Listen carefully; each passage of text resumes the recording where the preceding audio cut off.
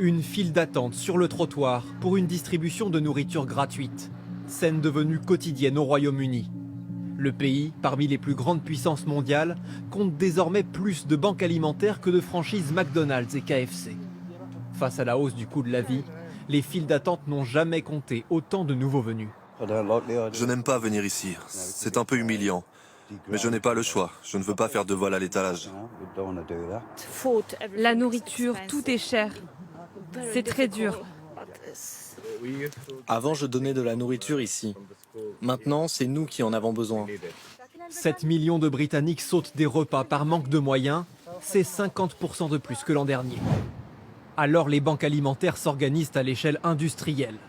Dans son entrepôt de 1300 mètres carrés, City Harvest a tout d'une entreprise de logistique. L'après-midi va être chargé. Une quinzaine de palettes, formidable. Pourtant, c'est une association caritative.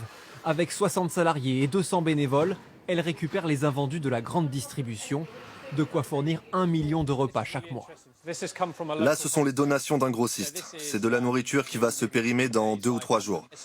Pour nous, c'est le début d'une course contre la montre pour tout trier, livrer et que ça arrive vite dans les assiettes de ceux qui en ont le plus besoin. Mais à l'heure où la demande de nourriture explose, les donations, elles, ont fortement diminué. Tout le monde se serre la ceinture en ce moment. Et la grande distribution fait des économies en réduisant au maximum ses invendus. Or, c'est justement de ça que nous dépendons. L'association approvisionne 350 points de distribution, comme cette église à l'ouest de Londres qui se transforme en banque alimentaire une fois par semaine. Pour les bénévoles, remplir les caddies d'1 millier de bénéficiaires est toujours un défi. On n'a pas assez de pain.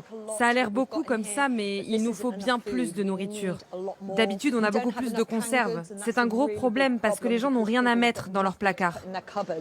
Ce qui exaspère le plus ces bénévoles, c'est de n'entrevoir aucune perspective d'amélioration et l'impression de faire trop bien leur travail.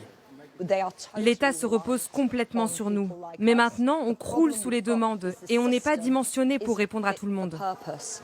En orientant systématiquement les plus précaires vers ces associations, le gouvernement britannique est accusé d'institutionnaliser les banques alimentaires alors qu'elles ont vocation à intervenir uniquement dans des situations d'urgence.